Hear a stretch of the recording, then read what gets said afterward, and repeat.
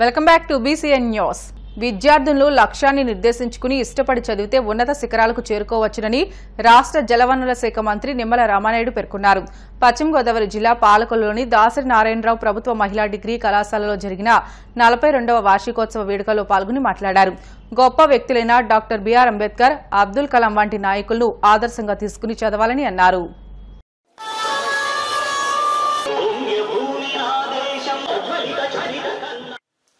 DNR women's degree college ఈ యొక్క కార్యక్రమంలో పాల్గొనడం చాలా సంతోషంగా, చాలా ఆనందంగా ఉంది. ఒక 5 years బ్యాక్కి ఇప్పటికి చూస్తే కాలేజీలో చాలా మార్పు.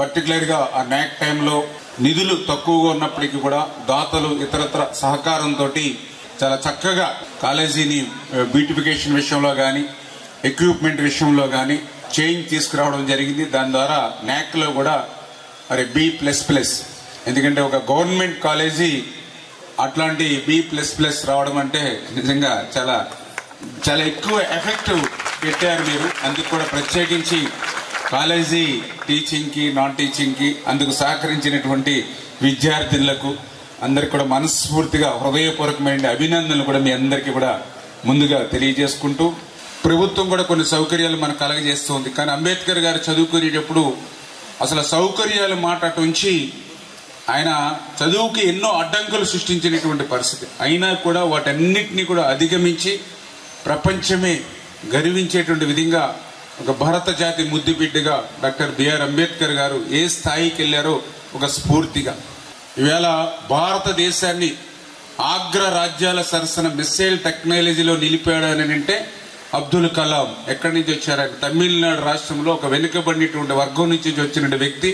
ఆ రోజు చదువుకోవడానికి, ఫీజులు కట్టడానికి డబ్బులు లేకపోతే ఉదయాన్నే ఇంటింటికి న్యూస్ పేపర్ వేసి దాని మీద వచ్చిన డబ్బులతో ఫీజులు కట్టుకుని ఆయన ఏ స్థాయికి వెళ్ళాడో మనందరికీ తెలుసు. అంటే ఇట్లా ఎంతో మంది ఉన్నారు చరిత్రలో.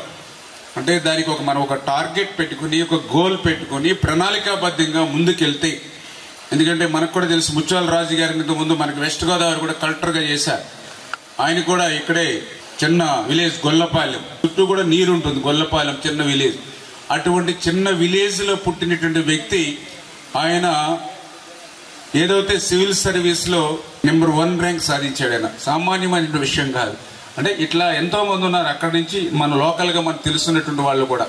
అంచేత ఖచ్చితంగా మీరు కూడా భవిష్యత్తులో ఒక టార్గెట్ పెట్టుకుని, ఒక గోల్ పెట్టుకుని ప్రణాళికాబద్ధంగా ఒక హార్డ్ వర్క్ చేసుకుంటూ ముందుకెళ్తే 100% కూడా మీరు కూడా మంచి ఉన్నతమైనటువంటి స్థాయికి వెళ్తారు.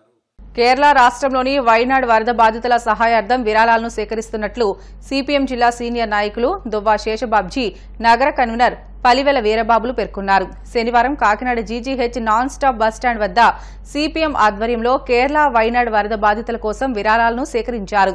ఈ సందర్భంగా పార్టీ సీనియర్ నాయకులు దువ్వా శేషబాబ్జీ, నగర కన్వీనర్ పలివెల వీరబాబులు మాట్లాడుతూ కేంద్ర పార్టీ ఇచ్చిన పిలుపు మేరకు 2 రోజుల పాటు దేశవ్యాప్తంగా సిపిఎం ఆధ్వర్యంలో వైనాడ్ బాధితుల కోసం విరాళాలను సేకరిస్తున్నట్లు తెలిపారు.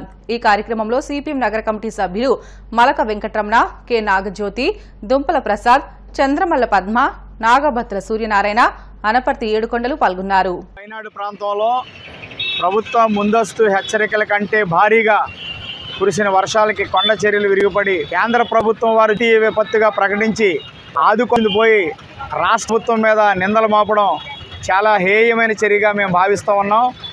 రాష్ట్ర ప్రభుత్వానికి ఉన్న నిధుల్లోనే కేరళకి ఇటువంటి విపత్తులు కొత్త ఏం కాదు.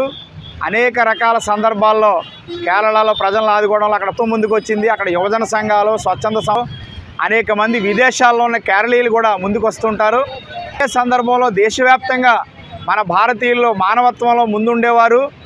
ఆ నేపథ్యంలో అనేక మార్లు కేరళయే కాదు ఇతర రాష్ట్రాల్లో ఈ ప్రకృతి వైపరీత్యాలు జరిగినా ప్రజలందరూ మానవతా హృదయంతో స్పందించి వారి సహాయం అందించడం అనేది భారతదేశంలో ఒక సాంప్రదాయంగా వస్తుంది. ఈ నేపథ్యంలోనే ప్రభుత్వాలు ఎంత సహాయం చేసినా అక్కడ సహాయ కార్యక్రమాలకి ఏమాత్రం పూర్తిగా సరిపోవు. కాబట్టి ప్రజల యొక్క సహాయాన్ని కూడా తీసుకుని తమ వంతు పాత్రగా భాగస్వాములు చేయడం కోసం సిపిఎం ఈరోజు దేశవ్యాప్తంగా కేరళ వైనాడు బాధితుల సహాయ నిధిని వసూలు చేస్తుంది. ఇటీవల కురిసిన వర్షాలకి, వరదలకి కేరళలోని వైనాడు ప్రాంతం సమూలంగా సర్వనాశనమైంది. 300 మంది చనిపోయారు. కొన్ని వేల మంది నిరాశ్రయులయ్యారు. అనుమానంతో భార్యను భర్త హత్య చేసిన ఘటన హైదరాబాద్ మీర్పేట్ పోలీస్ స్టేషన్ పరిధిలో చోటు చేసుకుంది. నాగర్ కర్నూలుకు చెందిన రాజు అగ్రికల్చరల్ కాలనీ ఉషోదయ అపార్ట్మెంట్లో నివాసం ఉంటూ పెట్రోల్ బంక్లో సూపర్వైజర్గా పనిచేస్తున్నాడు. పెళ్లయి 17 ఏళ్లయింది. వీరికో పాప ఉంది. అనుమానంతో భార్యను తలపై ఇనుపరాడ్డతో మోదీ హత్య చేశాడు. హత్య అనంతరం మీర్పేట్ పోలీస్ స్టేషన్లో నిందితుడు రాజు లొంగిపోయినట్లు సమాచారం. వార్తలు ముగించే ముందు ముఖ్యాంశాలు మరొకసారి. యలమంచలి మండలం అబ్బిరాజుపాలెంలో పర్యటించిన మంత్రి నిమ్మల వరద బాధితులకు నిత్యావసరాలతో పాటు నగదు అందజేత.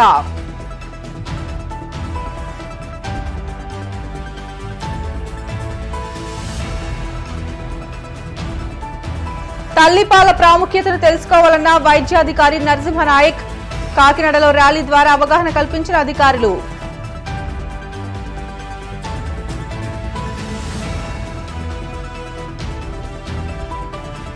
గన్నవరం సబ్ జైల్లోని వైసీపీ కార్యకర్తలకు మాజీ మంత్రి పేర్ని నాని పరామర్శ. ఎవరూ అధైర్యపడొద్దంటూ భరోసా.